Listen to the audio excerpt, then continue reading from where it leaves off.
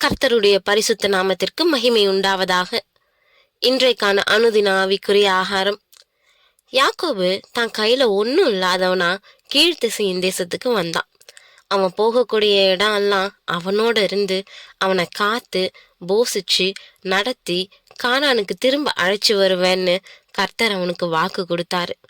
லாபானை சந்திச்சு இப்ப பல ஆண்டுகள் கடந்துருச்சு. அவன் 4 மனைவிகள், 11 மகன்கள் மற்றும் ஒரு மகள்னு ஒரு பெரிய குடும்பத்தை கொண்டவனா வளர்ந்துட்டான். லேயாள் மூலயமா யாக்கோபுக்கு 6 மகன்கள், ஒரு மகள் பிறந்தாங்க. பில்கால் மற்றும் சில்பால் மூலயமா 4 மகன்கள் பிறந்தாங்க. அவனுடைய அன்புக்குரிய ராகேல் மூலயமா யோசேப்பு பிறந்தான். இப்போ அவனுக்கு மிகப்பெரிய குடும்பம் இருந்துச்சு. லேயாளுக்கும் ராகேலுக்கும் இடையே கடுமையான மற்றும் ஆபத்தான போராட்டம் இருந்ததுலயும் கர்த்தர் தன்னுடைய வாக்குத்தத்தத்தை கைவிடாம யாக்கோபு பெரிதும் ஆசீர்வதிச்சாரு. ராகேல் யோசேப்பை பெற்ற பின் யாக்கோபு லாபானை நோக்கி, நான் என் ஸ்நானத்திற்கும் என் தேசத்திற்கும் போக என்னை அனுப்பிவிடும்னு சொன்னதா ஆதியாகமம் 30:25 நம்ம வாசிக்கிறோம். இப்போ அவன் தன்னுடைய சொந்த தேசத்துக்கு திரும்பி போக விரும்புறான். அவன் பெற்ற பிள்ளைங்க இப்போ கானானுக்கான நீண்ட பயணத்தை மேற்கொள்ளக்கூடிய அளவுக்கு வளர்ந்துட்டாங்க. அவன் தன்னுடைய பெரிய குடும்பத்தை தன்னுடைய விருப்பப்படி சிறப்பான முறையில நடத்தணும்னு ஆசைப்பட்டிருக்கலாம். அவன் லாபான் கிட்ட வேலை செய்யற வர அவன் விரும்பியபடி தன்னுடைய குடும்பத்தை ஒருபோதும் நடத்த முடியாதுன்றத அறிஞ்சே இந்த திட்டத்தை முன் வைக்கிறான். யாக்கோபு கிழக்கு தேசத்தை சேர்ந்தவன் இல்ல. அந்த நாட்டுல எவ்வளவு காலம் வாழ்ந்தாலும் அவன் அந்நியனாதான் இருக்க முடியும். அந்த தேசத்துல லாபானுடைய மருமகனா மட்டுமே கருதப்படுவான். அதனால தன்னுடைய சொந்த இடத்துக்கும் தன்னுடைய சொந்த தேசத்துக்கும் திரும்புறதுக்கு அவனுடைய இருதயம் ஏங்குச்சு. தன்னுடைய தாயகம் திரும்பும் முறைப்படி லாபான் கிட்ட அனுமதி கேட்கிறான். இந்த கோரிக்கை ரொம்ப நியாயமானது. அதுக்காக யாக்கோபு ரொம்ப கவனமா வார்த்தைகளை உபயோகிச்சு பேசுறான். யாக்கோபு தன்னுடைய மனைவிகள் மற்றும் குழந்தைகளோட புறப்பட அனுமதிக்குமாறு பணிவோட கேட்கிறான். அவனுடைய இந்த அணுகுமுறை பாராட்டப்பட வேண்டியதுதான். ஆமா, மருமகனா மாமனாருக்கு உரிய மரியாதை கொடுத்து அனுமதி கேட்கிறான். அவன் ராகேலுக்காகவும் லேயாளுக்காகவும் 14 ஆண்டுகள் வேலை செஞ்சான்.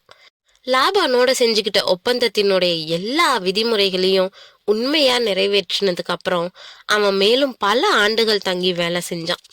மாமனாருக்கு அவன் சேவை செஞ்ச விதத்தை நிச்சயம் லாபானால குறை சொல்ல முடியாது.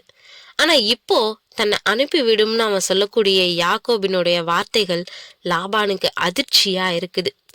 அப்பொழுது லாபான், உன் கண்களில் எனக்கு தயவு கிடைத்ததே, ஆனால் நீ இரு, உன் நிமித்தம் கர்த்தர் என்னை ஆசீர்வதித்தார் என்று குறிப்பினால் அறிந்தேன்னு 27-28 வசனத்துல சொல்றத நம்ம வாசிக்க முடியும். லாபான் நிச்சயமா யாக்கோபை இழக்க விரும்பல. யாக்கோபு புறப்பட்டுட்டா அவன் தன்னுடைய மகள்களையும் பேர குழந்தைகளையும் பார்க்க முடியாம போயிடும்ன்றதுனால இல்ல. அவன் போயிட்டா அவனுடைய எல்லா ஆசீர்வாதங்களும் யாக்கோபோடே போயிடும்னு பயந்தான். யாக்கோபினுடைய நிமித்தமா கர்த்தரால தான் ஆசீர்வதிக்கப்பட்டிருக்கிறேன்னு நிச்சயமா லாபான் அறிஞ்சிருந்தான். மாமனார் தன்னுடைய மருமகன் கிட்ட, உன் கண்களில் தயவு கிடைத்ததானால் நீ இங்கேயே தங்குன்னு பேசுறது வழக்கத்துக்கு மாறானது. ஆனாலும் லாபான் தாழ்மையா கேக்குறான். ஏன்னா எல்லாவற்றிற்கும் மேலா யாக்கோபின் சேவைகளை தக்க வச்சு கொள்ள லாபான் விரும்பினான். பிரியமானவர்களே, நம்மளுடைய வாழ்க்கையில ஒவ்வொரு கட்டத்துல ஒவ்வொரு முடிவுகளை எடுக்க வேண்டியவங்களா நாம இருக்கிறோம். நம்ம எப்படியாப்பட்டவங்களா நம்மளுடைய வாழ்க்கைய பாக்குறோம்? யார் நம்மளுடைய வாழ்க்கையில முக்கியமான முடிவுகளை எடுக்க காரணமா இருக்கிறாங்க? இல்ல எதை வச்சு முடிவுகளை எடுக்கிறவங்களா இருக்கிறோம்? நமக்கு சாதகம்னா யாரை பற்றியும் கவலைப்படாம முடிவு எடுக்கிறோமா? இல்ல நமக்கு பாதகம்னா மற்றவங்களுடைய முடிவுகள்ல தலையிடுறவங்களா இருக்கிறோமா? இப்படி பல கேள்விகள் இன்னைக்கு நம்மள நாமளே கேட்டு பார்த்து ஆராய வேண்டியவங்களா இருக்கிறோம்.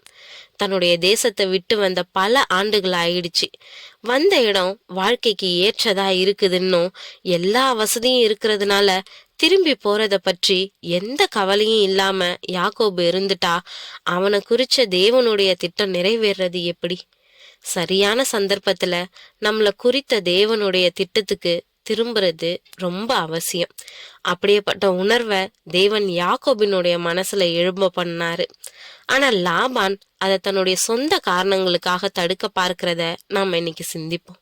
நம்ம தேவனுடைய வழிநடத்துதல்களை புரிஞ்சிக்க தடையா யார் இருந்தாலும் அதை இனம் கண்டு கர்த்தருக்கு மட்டுமே செவி கொடுப்போம். சரியான முடிவுகளை சரியான நேரத்துல எடுப்போம். கர்த்தர் நம்மை வழி நடத்தட்டும். ஆமேன்.